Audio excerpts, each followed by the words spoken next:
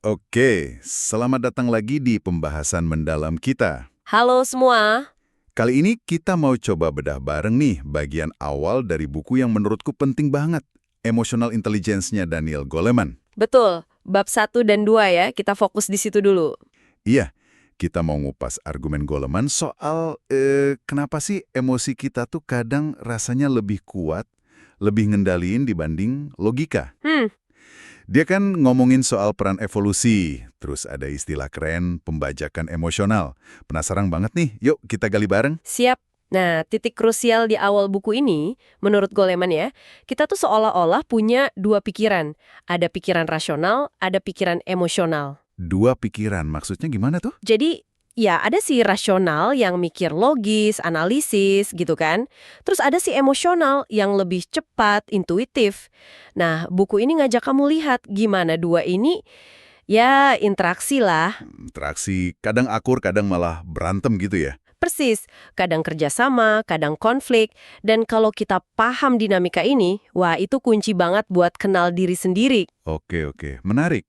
Kita mulai dari mana nih? Mungkin dari ide evolusi itu ya? Boleh, Goleman kan awali dari situ. Dia bilang emosi kita ini bukan muncul gitu aja tanpa sebab, Mm-mm. tapi ini warisan evolusi. Dulu respons kayak takut, marah, itu vital banget. Oh iya. Kayak takut biar lari dari bahaya, marah buat pertahanin diri atau sumber daya gitu ya. Zaman nenek moyang kita. Betul sekali, buat survival. Makanya respons itu kuat banget tertanam di sistem kita, udah otomatis lah bisa dibilang. Tapi Goleman juga bilang kalau warisan ini di zaman sekarang bisa jadi masalah. Nah, itu dia dilemanya. Jadi pedang bermata dua. Respons emosi yang dulu adaptif, contohnya marah yang meledak cepat itu ya. Iya. Ya, butuh pertimbangan lebih matang. Respon cepat buat situasi yang butuh kepala dingin. Oke, jadi ada perangkat lama buat masalah baru.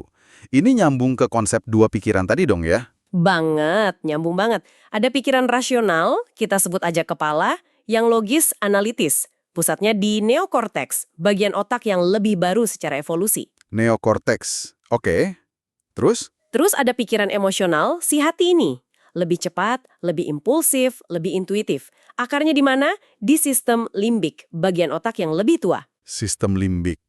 Lebih tua. Dan yang menarik, Goleman nunjukin kalau neokorteks, si otak berpikir ini, secara evolusi itu tumbuh dari area emosional, dari sistem limbik. Wah, jadi bukan dua sistem yang benar-benar terpisah gitu ya? Tapi ada hubungan erat. Erat banget. Ini nunjukin kalau logika dan emosi itu nggak bisa dipisah total. Pikiran emosional itu dirancang buat reaksi kilat. Terutama pas darurat ya, biar ndah kelamaan dikir. Tepat, itu keuntungan evolusioner. Kalau nunggu analisis lengkap dulu, keburu diterkam macan kan? Ya juga ya. Makanya, rasio kendali antara rasional dan emosional ini dinamis.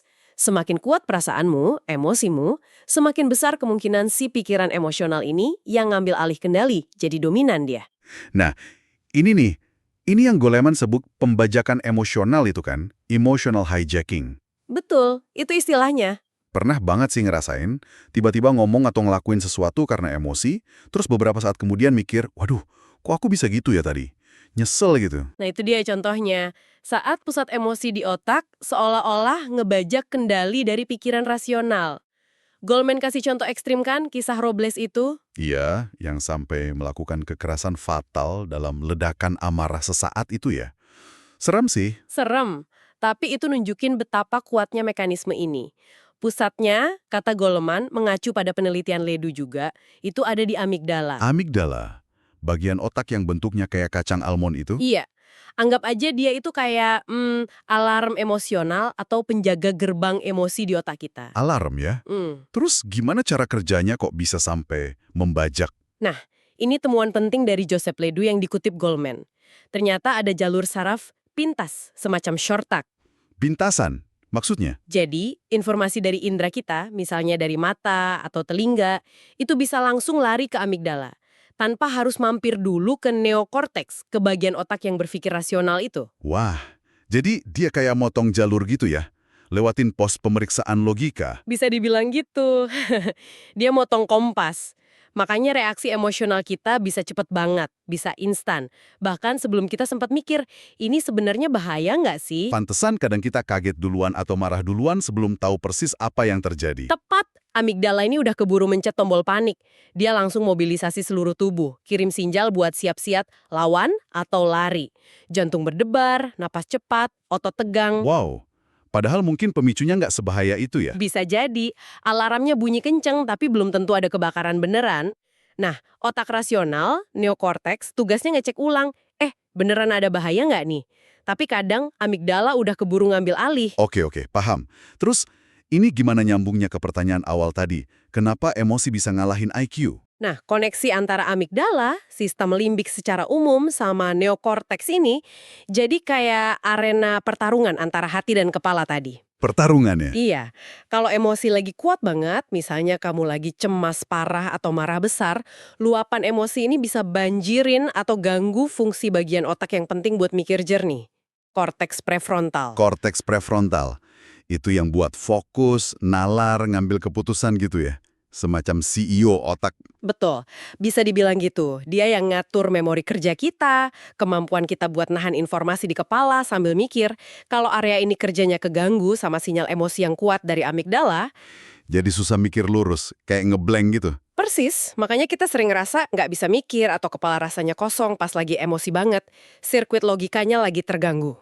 Jadi itu penjelasan ilmiahnya ya, bukan sekedar perasaan aja. Iya, ada dasar neurologisnya, dan ini ngarah ke argumen inti Goleman di buku ini.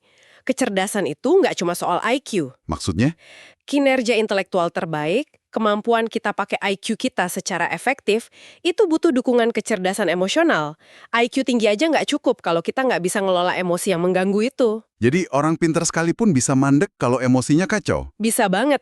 Goleman kan nunjukin studi, termasuk yang dari Harvard itu, yang bilang kalau lulusan dengan skor tes IQ tinggi, nggak serta-merta lebih sukses atau lebih bahagia dibanding teman-temannya yang skornya biasa aja. Oh ya, kenapa gitu? Karena faktor lain ikut berperan besar. Salah satunya ya kemampuan ngelola diri sendiri, ngelola emosi, berhubungan baik dengan orang lain. Itu semua bagian dari kecerdasan emosional. Jadi kecerdasan emosional ini sama pentingnya, atau bahkan Goleman bilang mungkin lebih penting ya, dari IQ buat kesuksesan hidup secara umum. Kurang lebih begitu argumen utamanya. Kemampuan mengelola pembajakan emosional tadi, kemampuan memahami dan merespon emosi diri sendiri dan orang lain, itu krusial. Oke, jadi kalau kita rangkum dari bab 1 dan 2 ini ya, intinya kita ini punya sistem emosi bawaan, warisan evolusi, yang super cepat dan kuat. Pusatnya di amigdala. Betul. Sistem ini punya jalur pintas yang bisa bikin kita bereaksi sebelum mikir. Dan ini bisa membajak pikiran rasional kita. Yap, pembajakan emosional. Dan pemahaman ini penting banget, karena ternyata kemampuan ngelola sistem emosi ini, si kecerdasan emosional, itu nggak kalah penting dari IQ. Bukan berarti emosi itu jelek ya, tapi kita perlu paham cara kerjanya. Tepat sekali. Memahami mekanisme ini itu langkah awal yang fundamental banget. Oke, udah mulai kebayang nih kerangka berpikir Goleman di awal bukunya. Nah, sebagai penutup mungkin ya buat kamu yang dengerin, coba deh iseng-iseng renungkan sebentar. Kapan terakhir kali kamu ngerasa dibajak sama emosi? Latihan yang bagus tuh. Coba inget-inget, apa sih pemicunya waktu itu? Terus gimana reaksimu? Apa yang kamu rasain di badan? Apa yang kamu pikirin setelahnya? Mengidentifikasi polanya gitu ya. Iya, mulai dari situ aja. Kenali pemicu dan responsmu sendiri. Latihan sederhana ini bisa jadi langkah awal yang berharga banget buat mulai membangun kesadaran diri emosional. Dan kesadaran diri ini kan fondasi penting dari kecerdasan emosional yang nanti akan kita bahas lebih dalam lagi. Sip. Jadi mengenali pembajakan dalam diri sendiri sebagai langkah pertama. Oke, mantap banget pembahasannya untuk bab 1 dan 2 ini. Semoga bermanfaat ya. Pasti. Makasih banyak udah berbagi wawasan. Kita lanjut lagi di pembahasan berikutnya ya. Sama-sama. Siap.